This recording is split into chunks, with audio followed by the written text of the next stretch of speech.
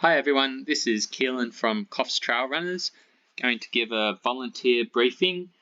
Firstly, thank you very much for signing up to volunteer for the Rumble in the Jungle. We've got a fantastic crew pulling this together, lots of runners this year.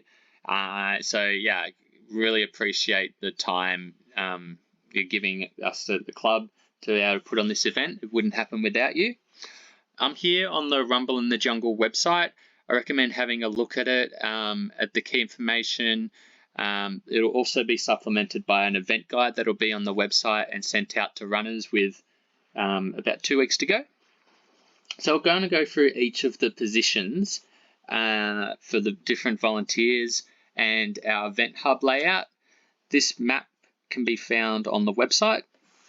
So if you're setting up on the Saturday or packing down or parking marshalling, I'll just give an overview of how the event site works. So this is up at Yulong Hall. I'll start with the parking marshalling. We'll have a parking marshal at the junction of Pine Road, and then cars will drive down and into the access gate, have another marshal here. If you're two-wheel drive, they'll park in around the oval. Four-wheel drives can park up on the high banks, but prefer to use the lower two-wheel drive parking first, and there is a slight drainage line through this red area, so only use that if it's dry. And not allow cars on the oval. We can have camping, but all the camping will be either behind the hall or alongside the creek. So once this two-wheel drive parking fills up and we got the four-wheel drives on the overflow, we do have access to a property further up Pine Avenue. If the cars drive up towards the cafe and then turn left, we'll move the parking marshals out here and runners can park on the overflow property. This is about a 500-meter walk. If you walk down Hutchinson Street, you can then cut across into the event hub. So we've got an overflow parking if it all fills up. If it does, it'll probably be around 9 o'clock. So it'll just be for the maybe some of the 21K, but mostly the 8K and the kids runs. We have our shipping container being delivered to the site. So all our supplies will be in that, which we'll be unpacking on the Saturday morning. We also have the portaloos in place and crowd control fencing from Kennard's Hire. So this year we're actually going a different direction around the oval than what's shown. So our start line will be closer to the catering and the hall, and we'll be heading out in an anti-clockwise direction around the oval and then out into the single tracks. And then runners, as they come back, will be heading clockwise into the finish chute. So we'll be setting up the finish chute, setting up the marquees, and then setting up things inside the hall as well, where we'll have bib collection, mandatory gear check, and merchandise tent. So if you are on bib collection, gear check, or merchandise, we will have this all set up in the hall. We'll have a few different positions. One person managing drop bags for the 50K. So this is for the 50K only, and they get taken out to the aid station at 21.4 and 40Ks. It's for runners to use during the event. And then there's a finish line drop bag area, which we'll have at the hall inside for people who have either taken the bus or they want to leave stuff in there close to the hall after the run. So there'll be a finish line drop bag area in the hall for all runners to use. And the mandatory gear check, we'll make a designated table for the mandatory gear check area. All runners will need their mandatory gear checked before they can collect their bib. I'll print off a gear checklist for each of the different distances, as there's different mandatory gear. Bib collection will work where runners will get their gear check and then head over to the bib table.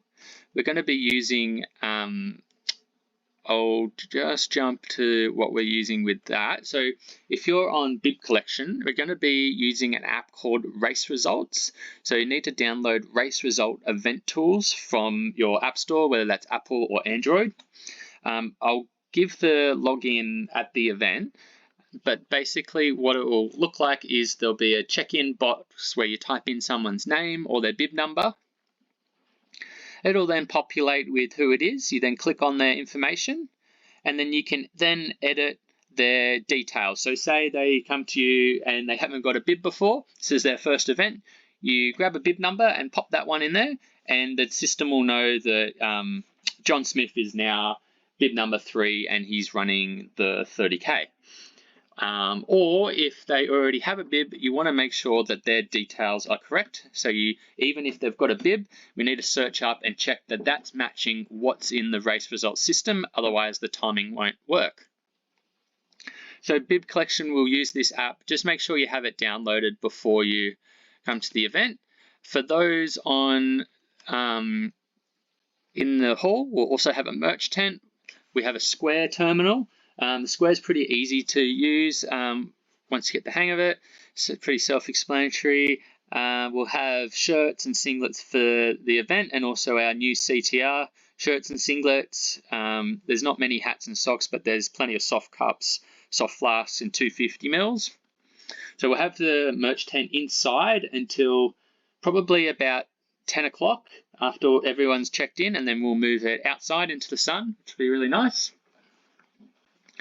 So that's merch. For the kids run, we're trying to encourage people to register online for the kids, but there'll be a lot of on the days. If they're on the day, I'll have waiver forms here. It's a free event, but they need to fill the waiver. Parents and kids, if they could just fill that one out. Now, what else is there? There is aid station volunteers. So you guys are the helping the runners out on course and bringing the energy. I'll have a one-pager to give to you that'll have meeting time, timing overview, course cutoffs, and all that information. That'll be also in the email that you'll receive, just with this one page will be sent out in an email as well. So with the aid stations, feel free to dress up or bring cowbell or go nuts basically out there. Love to see all the energy. Some of the aid stations out there will be required to check in. Well, actually all the aid stations will need to check in with the event hub. We're using a mix of satellite phones and just normal reception. Some aid stations have reception, some don't. So if you're on an aid station without reception, we'll be communicating via sat phones with the event hub, and we'll show you how they work on the day. If you've got reception, we'll make sure that you've got the person's number. We've got dedicated first aid officers who are doing all the comms through the event. And you'll get a list that looks probably similar to this. So this is a list of at Dairyville, if you're doing the 50K aid station down there. So you'll have everyone's name and you'll just tick off if they've arrived. Every 30 minutes, we ask that you check in and just give an update of who's arrived, who hasn't. We'll have a master list and also check that off. Some points there might be passing twice. Just first, second, basically ticking off the names as they come through, cheering them on. So for your aid station, we also have a bunch of course marshals. Your job will basically be to cheer and direct the runners out there. There's a number of photographers, one at the event hub, one out in the national park, but we always welcome more if you know someone who has who loves taking photos.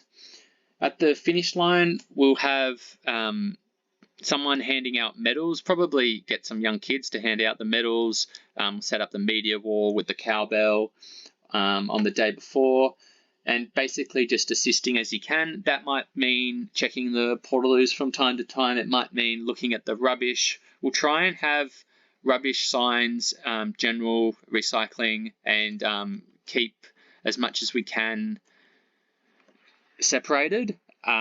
We will dispose of the rubbish at the tip if it's general, and recycling in the recycling bin if we can. So that's all from me. Catering's being done by the club, so we don't have to worry about any catering, but there will be basic aid station supplies that we'll need to top up from time to time. Other than that, thank you very much for your help this year. Please let me know if you have any questions. Contact at admin@coffstrailrunners.com or call me on 0448 037 654.